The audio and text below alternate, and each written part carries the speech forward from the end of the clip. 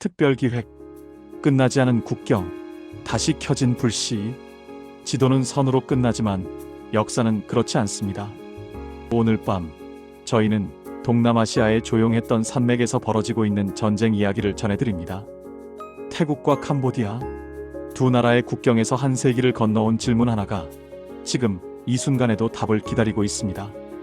이 땅은 누구의 것인가?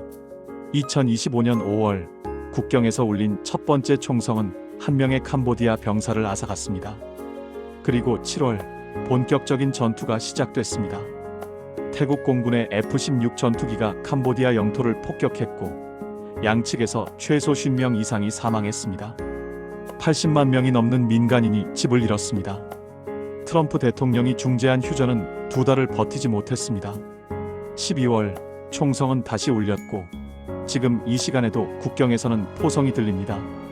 오늘 특별 기획에서는 이 분쟁의 뿌리를 찾아 100년 전으로 거슬러 올라가고 왜 휴전이 무너졌는지, 그리고 이 전쟁이 동남아시아와 세계 질서에 어떤 파장을 일으키고 있는지 사막에 걸쳐 심층 분석합니다.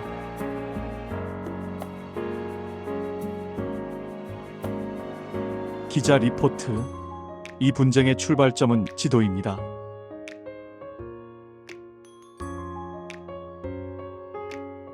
(121년) 전 1904년 프랑스와 시암, 지금의 태국 이맺은 조약으로 거슬러 올라갑니다. 당시 프랑스는 인도차이나 반도의 패권을 쥐고 있었습니다. 캄보디아는 프랑스의 보호령이었고 프랑스는 시암과의 국경을 획정해야 했습니다. 조약은 국경선이 분수령 물이 흘러내리는 방향이 갈라지는 선을 따른다고 규정했습니다. 문제는 지도였습니다. 1907년 프랑스 장교들이 그린 지도는 분수령 원칙을 따르지 않았습니다. 단그렉 산맥 위에 우뚝 서 있는 프레아비헤아 사원은 이 지도에서 캄보디아 쪽에 표시됐습니다. 시암 정부는 이 지도를 받아들였습니다. 이의를 제기하지 않았습니다. 프레아비헤아, 9세기에서 12세기 사이 크메르 제국이 건설한 힌두교 사원입니다. 해발 525m, 단그렉 산맥 절벽 위에 서 있습니다. 캄보디아 평원을 내려다보는 이 사원은 남쪽에서는 접근이 거의 불가능합니다. 유일한 접근로는 태국 쪽에서 올라가는 길입니다. 지리가 만들어낸 역설이었습니다. 1954년 프랑스가 인도차이나에서 철수합니다. 태국군이 사원을 점령합니다. 캄보디아는 1959년 네덜란드 헤이그의 국제사법재판소에 이 문제를 회부합니다. 1962년 6월 15일 국제사법재판소는 9대3으로 판결합니다. 프레아비헤아 사원은 캄보디아 영토에 위치해 있다. 재판소는 시암이 1908년 지도를 묵시적으로 수용했다고 판단했습니다. 1930년 시암의 담롱 왕자가 사원을 방문했을 때 프랑스 국기가 휘날리고 있었고 프랑스 관리들이 그를 맞이했습니다. 시암은 항의하지 않았습니다. 그러나 재판소는 한 가지에 대해서는 침묵했습니다. 사원을 둘러싼 땅에 대해서. 사원 주변 4.6평방킬로미터의 땅 누구의 것인가? 이 침묵은 세월을 건너 살아남았고 오늘의 총성과 맞닿아 있습니다. 2008년 상황은 다시 격화됩니다. 캄보디아가 프레아비헤아 사원의 유네스코 세계문화유산 등재를 추진합니다. 태국 내에서는 격렬한 반대 시위가 일어납니다. 등재는 성공합니다. 그리고 충돌이 시작됩니다. 2008년부터 2011년 사이 양국 군대는 수차례 교전합니다.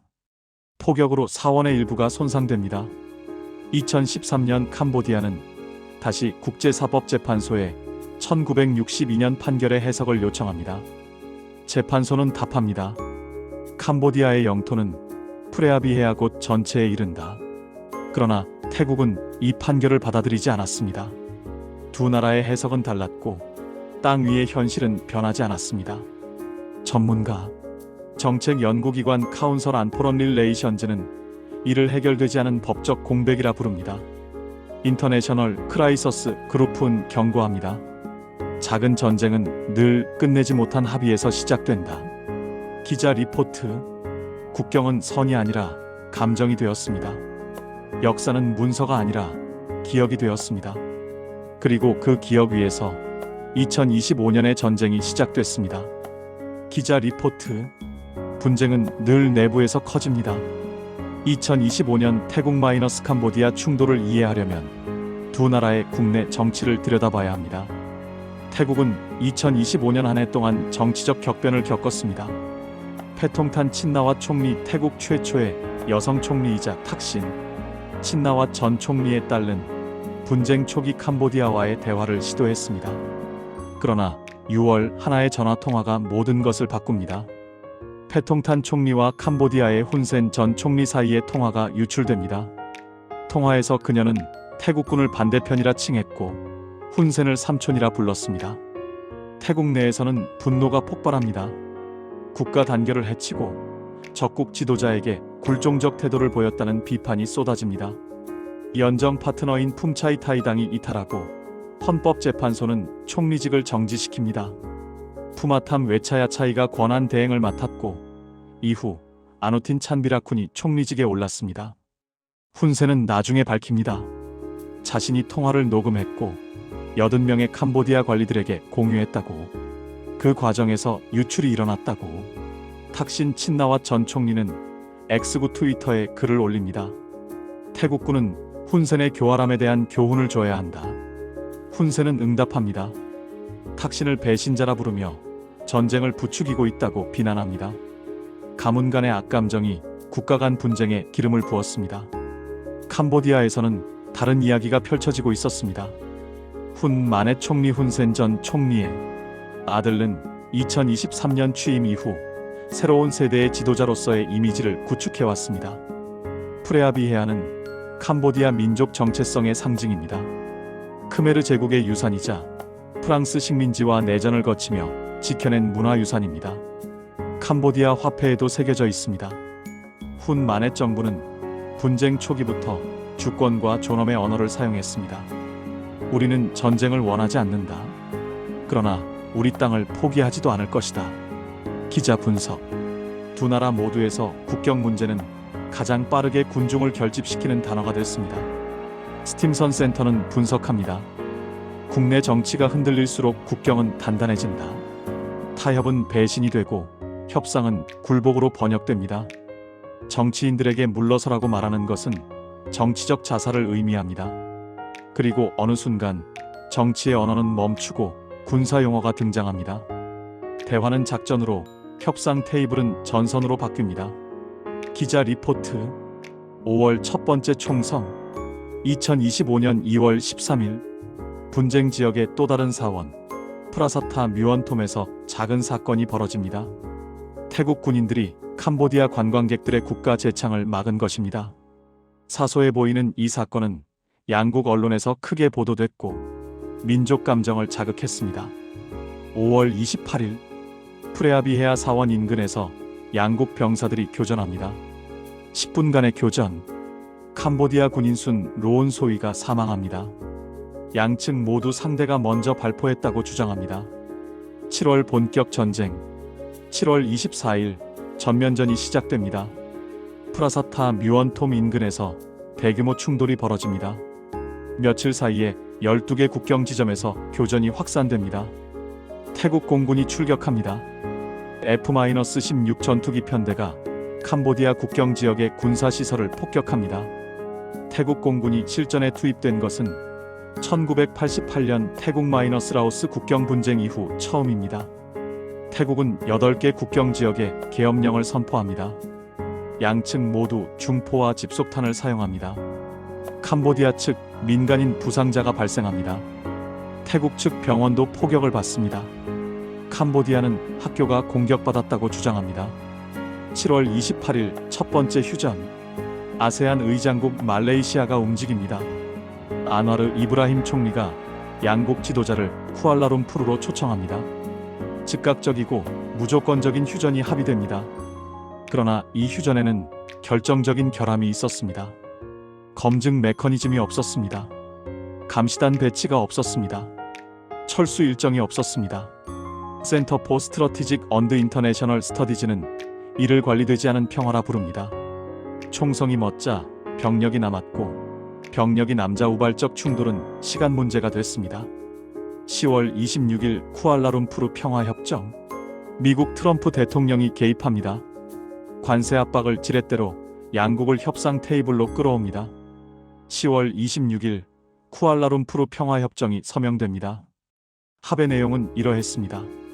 아세안 감시단과 양국 대표로 구성된 임시 휴전 감시팀 설치, 지뢰 제거 협력, 분실 분쟁 국경 표지 임시 대책, 캄보디아 포로 18명 석방, 국경 사기 범죄 공동 대응 태스크포스 구성. 그러나 근본적인 문제 영토 주권에 대해서는 언급이 없었습니다. 서명 잉크가 마르기도 전에 양측의 불신은 여전했습니다. 12월 휴전 붕괴. 12월 5일 태국 시사켓주 국경지대에서 지뢰가 폭발합니다. 태국 병사 3명이 부상당합니다. 태국은 캄보디아가 새로운 지뢰를 매설했다고 비난합니다. 국제협약의 명백한 위반이라 규정하고 유엔에 사실조사단 파견을 요청합니다. 12월 7일 충돌이 재개됩니다. 30분간의 교전. 태국은 평화협정 이행을 중단합니다. 12월 8일 태국군이 공격을 시작합니다. F-16 전투기가 다시 출격합니다. 지상군 작전이 병행됩니다. 12월 10일 태국 육군은 사타와 작전을 개시합니다. 캄보디아 북부 여러 지역이 점령됩니다. 캄보디아 국방부는 발표합니다. 12월 8-9일 태국군 포격으로 캄보디아 민간인 7명이 사망하고 20명이 부상했다고, 비인도적이고 잔혹하다고 비난합니다. 12월 12일 트럼프 대통령이 다시 개입합니다. 양국이 포괄적 휴전에 합의했다고 발표합니다. 그러나 태국 정부는 이를 부인합니다. 전투는 계속됩니다. 기자 리포트. 지금 이 시간에도 전투는 이어지고 있습니다. 양측을 합쳐 최소 50명의 군인과 민간인이 사망했습니다. 80만 명 이상이 집을 잃었습니다. 캄보디아는 모든 국경 검문소를 폐쇄했습니다. 태국은 캄보디아가 먼저 휴전을 선언해야 한다고 요구합니다. 침략자로서 캄보디아가 먼저 휴전을 발표해야 한다. 아세안은 12월 22일 특별 외교장관 회의를 소집합니다. 중국은 왕이 외교부장을 통해 양국과 개별 통화를 진행했습니다. 양측 모두 긴장 완화와 휴전 의지를 표명했다고 합니다. 그러나 총성은 아직 멈추지 않았습니다. 기자 리포트. 이 분쟁은 두 나라만의 문제가 아닙니다. 그 파장은 동남아시아 전체, 그리고 세계 질서에까지 닿아 있습니다. 첫째, 아세안의 시험. 아세안은 중심성 센트리티를 자랑해왔습니다. 영내 문제는 영내에서 해결한다는 원칙입니다. 그러나 이번 분쟁은 그 원칙에 균열을 냈습니다. 아세안 사무총장 카오 김훈은 9월에 인정했습니다. 분쟁의 급격한 격화가 아세안을 당혹해 했다. 위기 예방과 조율에 있어 아세안의 구조적 취약성이 드러났다는 것입니다. 말레이시아의 아나르 총리는 의장국으로서 적극적인 중재를 시도했습니다. 그러나 휴전을 끌어내는 데는 한계를 보였습니다. 아세안 감시단 배치에는 합의했지만 전투는 계속되고 있습니다. 중재는 선언이 아니라 결과로 증명돼야 합니다. 아세안이 자체 회원국 간 분쟁조차 해결하지 못한다면 중심성이라는 말은 공허해집니다. 둘째, 미국과 중국의 조용한 경쟁. 이 전쟁터에는 보이지 않는 경쟁이 있습니다. 미국과 중국, 누가 평화를 설계하는가? 그 질문은 영향력을 가릅니다. 미국은 고강도 압박을 사용했습니다. 트럼프 대통령은 관세를 지렛대로 양국을 협상 테이블로 끌어왔습니다. 쿠알라룸푸르 평화협정 서명식에 직접 참석했습니다. 중국은 다른 방식을 택했습니다. 7월 30일 상하이에서 캄보디아 태국과 비공식 3자 협의를 개최했습니다. 공식 서명식에는 불참했지만 시진핑 주석은 중국이 위기 해결에 상당한 기여를 했다고 밝혔습니다. 이스트 에이저 포럼은 분석합니다. 미국은 고위급 정치 압력과 공개적 개입에 의존했고, 중국은 저자세 외교와 제도적 중재를 통해 대화와 신뢰를 회복하려 했다. 일부 관측통은 지적합니다. 중국이 처음에 적극 개입하지 않은 것은 트럼프의 개입이 실패로 드러날 때까지 기다린 것일 수 있다고. 12월 7일 전투 재개는 미국 주도 중재의 한계를 보여줬습니다. 그 이후 중국은 더 적극적으로 움직이기 시작했습니다. 셋째, 경제의 파장. 관광, 물류, 투자 심리가 국경에서 멈춰 섭니다. 캄보디아는 태국산 식품과 연료 수입을 금지했습니다. 태국은 국경 검문소를 폐쇄하고 캄보디아로의 인터넷과 전력 공급을 제한했습니다. 양국 접경 지역의 경제는 마비됐습니다. 중국 군사 분석가는 또 다른 측면을 지적합니다. 캄보디아 국경 지역의 카지노와 온라인 사기 센터가 캄보디아 경제의 중요한 축이었다고. 태국의 공격은 이 산업을 약화시키고 자국 관광 산업을 보호하는 동시에 영내 투자자들에게 동남아의 안보 환경은 여전히 불안정하다는 신호를 보내는 것이라고. 미국 국무부는 국경 50km 이내 지역에 여행 금지 경보를 발령했습니다. 일본은 180만 달러의 긴급 구호금을 지원했습니다. 세계의 눈이 이 작은 국경에 쏠려 있습니다. 전문가 가상 인터뷰. 카운슬 안 포런 릴레이션즈는 말합니다. 이 갈등의 결말은 동남아가 스스로 분쟁을 관리할 수 있는지에 대한 답이 될 것이다. 아세안이 해결하면 영내 자율성의 증거가 됩니다. 외부 강대국이 해결하면 그 강대국의 영향력이 확대됩니다. 아무도 해결하지 못하면 동남아시아 전체의 안정이 흔들립니다. 앵커. 지도는 여전히 그 자리에 있습니다. 그러나 사람들의 삶은 움직이고 있습니다. 80만 명이 넘는 사람들이 집을 잃었습니다. 가족을 잃은 이들이 있습니다. 오늘 밤에도 국경 어딘가에서는 누군가가 두려움 속에 잠을 청하고 있습니다. 이 전쟁이 끝난 뒤 남는 것은 땅이 아닐 것입니다. 남는 것은 질서입니다. 동남아시아가 스스로의 문제를 해결할 수 있는가? 강대국들이 아닌 영내 국가들이 평화를 만들 수 있는가? 국경의 총성이 대화의 언어로 바뀔 수 있을지. 세계는 지금 이 작은 국경을 지켜보고 있습니다. 특별 기획 끝나지 않은 국경. 다시 켜진 불씨였습니다. 시청해주셔서 감사합니다.